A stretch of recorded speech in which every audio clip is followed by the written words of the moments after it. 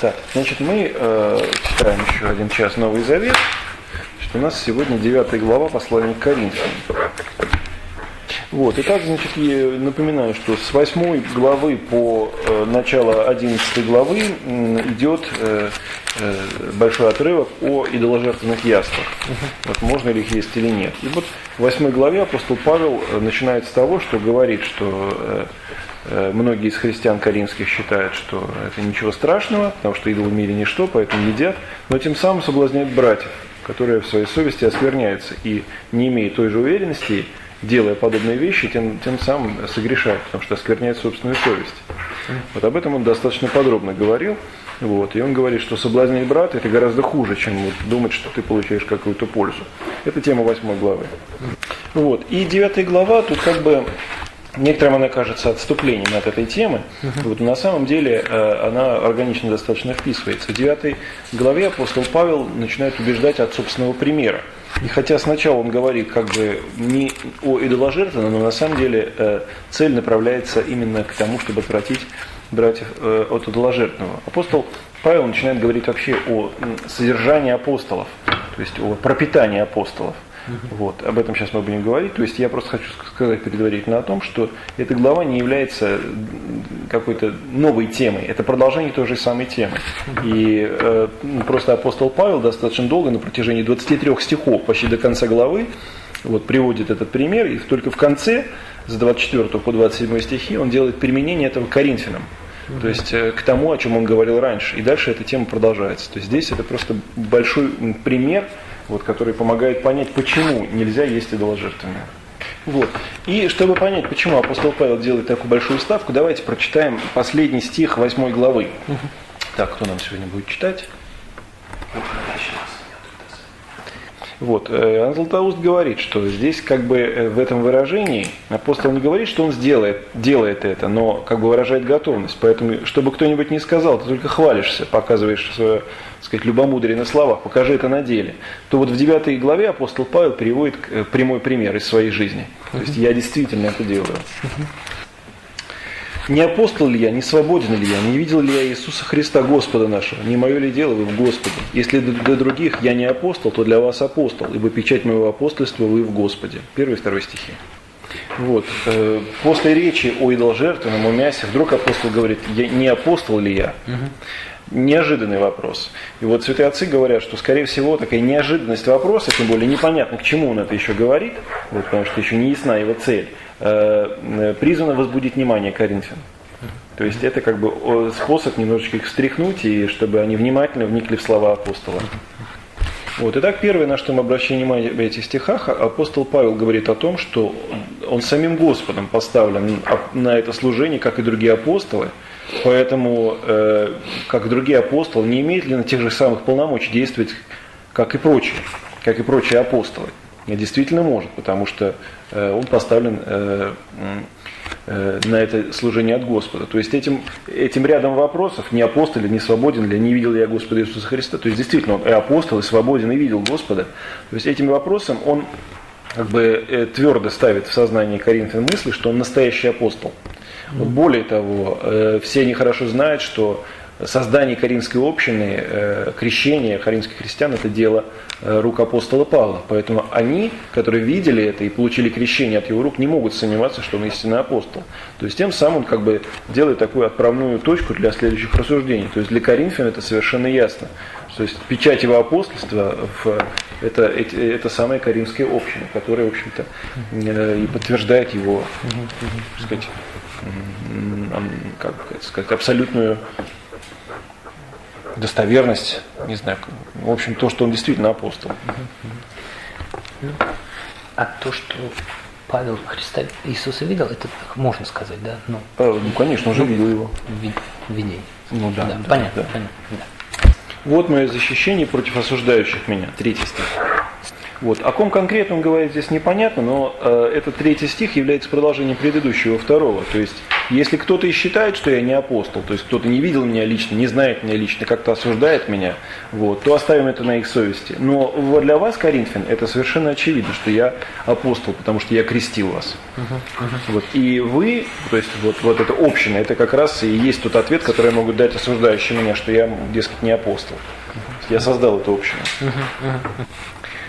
Вот или мы не имеем власти есть и пить, или не имеем власти иметь спутницу, сестру, жену, как и прочие апостолы, братья Господни и Кифа. Или один я и Варнава не имеем власти не работать. 4-6 стихи.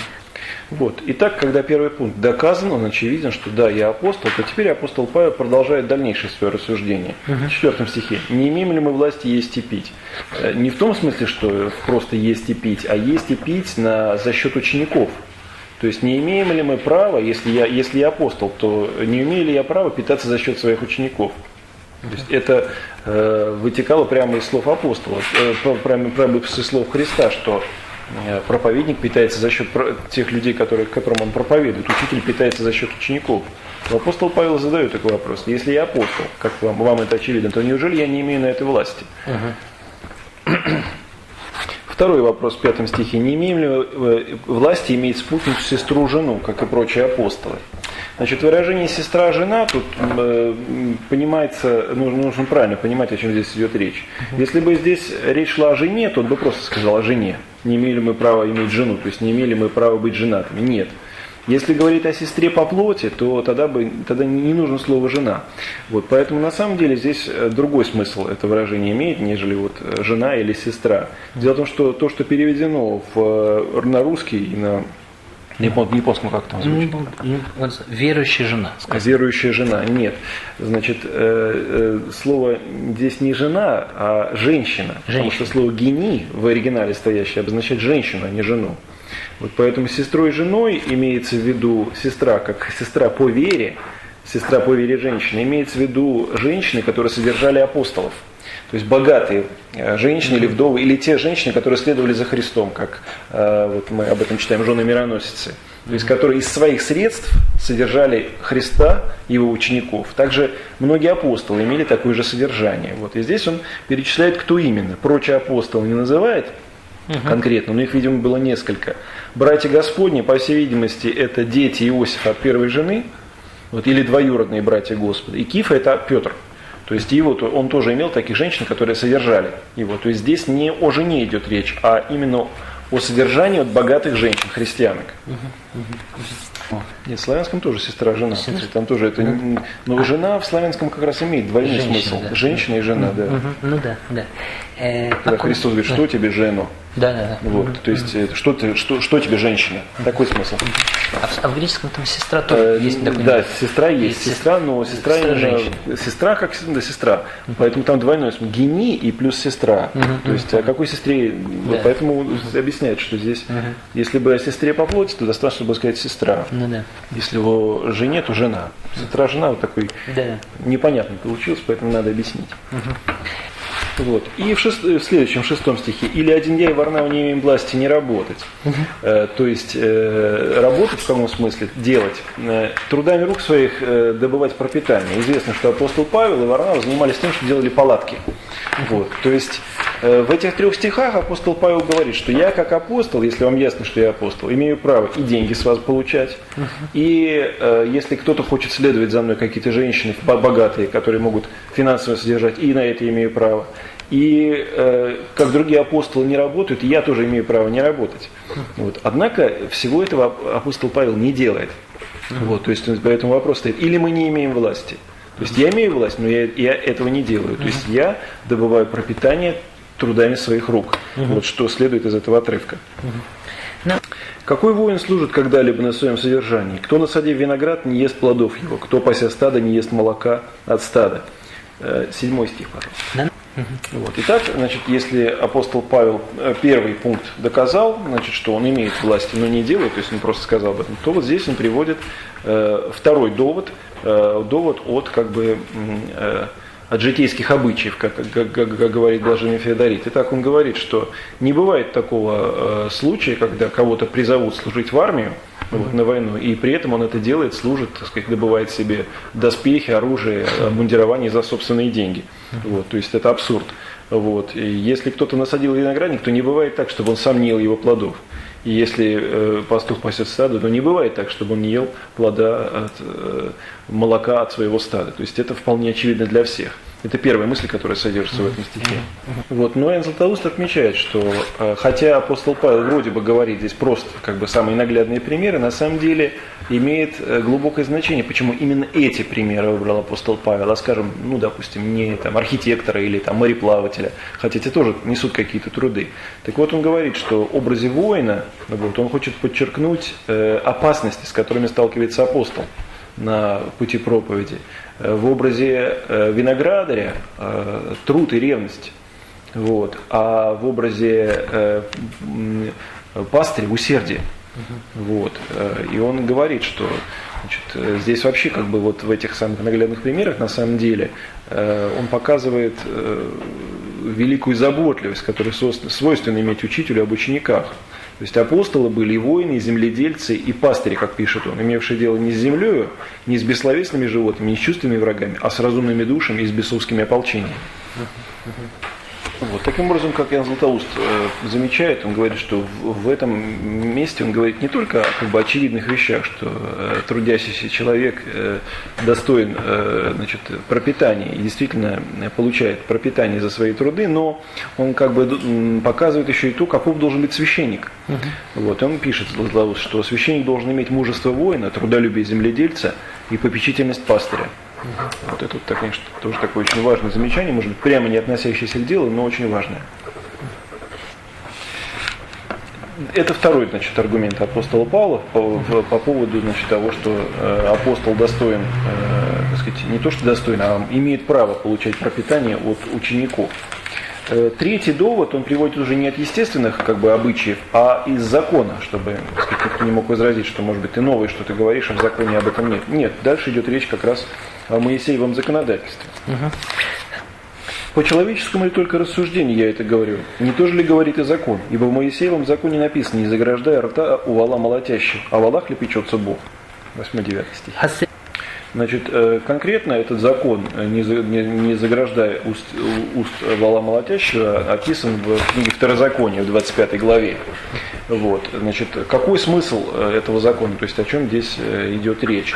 На Востоке значит, зерно вымолачивали следующим образом. Зерно высыпали на землю, вот, и потом по нему значит, гоняли упряжку валов. Валы топтали зерна, то есть вот эта мекина влетала вверх, это зерно оставалось.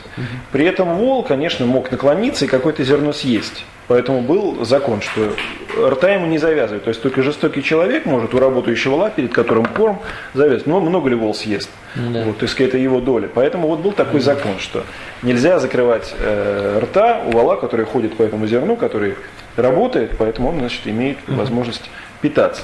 Вот. И апостол Павел говорит, что, ну, сейчас давайте пока вот это. Вот. И апостол Павел спрашивает, но о волах ли печется Бог?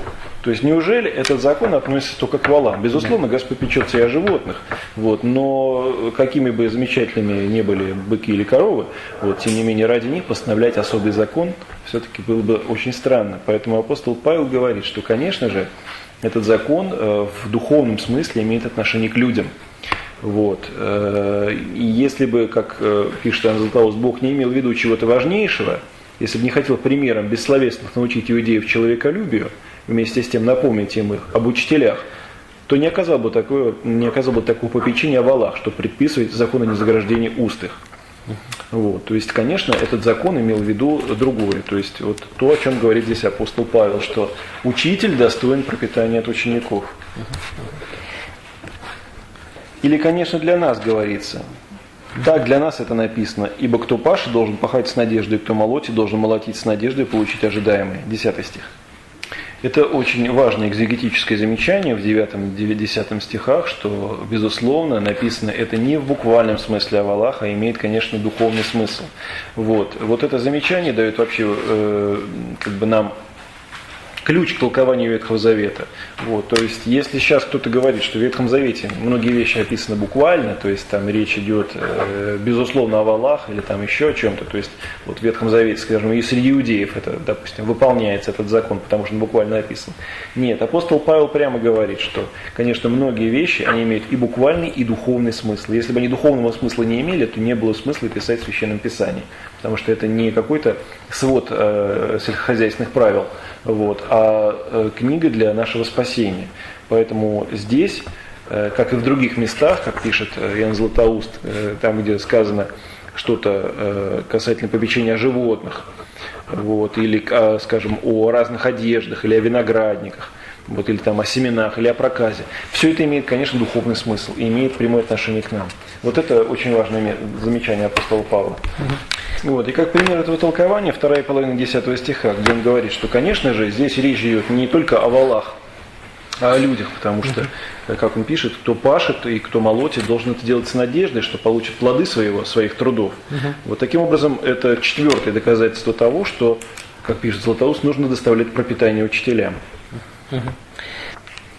И если мы посеяли у вас духовное, велико ли то, что если пожнем в вас телесное? Если другие имеют у вас власть, не паче ли мы? Однако мы и не пользовались всей властью, но все переносим, дабы не поставить какой преграды благовествованию Христову. 11-12 стихи. Значит, Златоуст замечает по поводу 11 стиха, дабы доставляющие что-нибудь учителям не думали о себе много, он показывает, что они получают, гораздо больше получают, нежели дают. То есть получают они духовные блага, хотя расплачиваются, безусловно, пищей, то есть благами телесными, которые не идут, конечно, ни в какое сравнение с благами духовными. В 12 стихе, если другие имеют у вас власть, кто это другие, точно неизвестно, кого имеет в виду апостол Павел. По поводу этих других имеются разные мнения. Например, Златоуст считает, что это какие-то лжеучителя. Почему? Потому что во втором послании к Коринфянам апостол Павел говорит об этих людях подробней. Давайте прочитаем параллельное место. Итак, 11 глава, с 19 по 21 стихи. «Ибо вы, люди разумные, охотно терпите неразумных. Вы терпите, когда кто вас порабощает, когда кто объедает, когда кто обирает, когда кто превозносится, когда кто бьет вас в лицо. К стыду говорю, что на это у нас не доставало сил». Вот. Значит, вот об этих людях. То есть, кого здесь конкретно имеет в виду апостол Павел, неизвестно. Но во всяком случае такие люди были. Вот о них он говорит. Вот. Но не суть, в общем, лжеучителя ли это или просто какие-то нечестные, непорядочные люди. Апостол Павел говорит, что он имеет власть пользоваться благами Коринфян, однако, как он пишет, я этого не делаю, чтобы не поставить какой преграды благовествованию Христову в 12 стихе. То есть он еще раз, уже в 5-й раз замечает, подчеркивает свое право пользоваться подношениями учеников, однако он говорит, что он этого не делает. Вот. И апостол Павел еще раз подчеркивает, что он не делает этого не потому, что он не имеет права, он уже 5 доводов привел в пользу того, что он такое право имеет. 6 следующий стиха приведет. А потому, что он сам так решил. Вот, потому что, может быть, кто-то мог бы обвинить апостола Павла, что он берет деньги за проповедь. Вот, это первый аргумент. А второе, не от того, что у него тоже денег много. Он в 4 главе перечислял, что, в общем, в скудости, в наготе, вот, и во всем прочем. То есть не потому, что он не нуждался, он нуждался, вот, однако денег не брал. То есть вот он говорит, что для меня гораздо важнее, чтобы не было какого пресечения, вот, буквально в греческом пресечении или прекращения проповеди Христовой. Хотя я имею право все это делать. Вот, то есть он добровольно предпочитает это. Вот. Апостол Павел не закончил свою аргументацию. Мы ее дочитаем с вами 9 числа, но чтобы вас до 9 числа в недоумении все-таки не оставлять, я думаю, вот что еще сказать, что вы, наверное, как люди разумные уже понимаете, к чему апостол Павел ведет. То есть он говорит, что что-то позволительно, но тем не менее может вредить делу. Вот, поэтому я от этого добровольно отказываюсь. Вот. Напомню, что в 8 главе он говорит, что хотя, как вы считаете, едение идоложертвенного вам позволительно, однако оно ведет к вреду. Поэтому от этого надо отказаться. Поэтому те примеры, которые он здесь приводит, они на самом деле имеют самое прямое отношение к 8 главе. Хотя, казалось бы, здесь он говорит о другом, о пропитании вот, учителя от учеников. Вот, но об этом мы дочитаем дальше, в следующий раз. Вот, но тем не менее, чтобы кто-то до 9 числа не вкусил идоложертвенного, потому что будто бы апостол Павел это дозволяет. Забегая вперед, хочу сказать, что апостол Павел просто постепенно подводит к своему главному выводу, который будет в 10 главе, о том, что есть идоложертвенный безусловный грех. Но сначала он приводит вот такую достаточно обширную аргументацию, чтобы не было никаких неясностей в этом вопросе. Поэтому не ешьте идоложертвенным до 9 числа.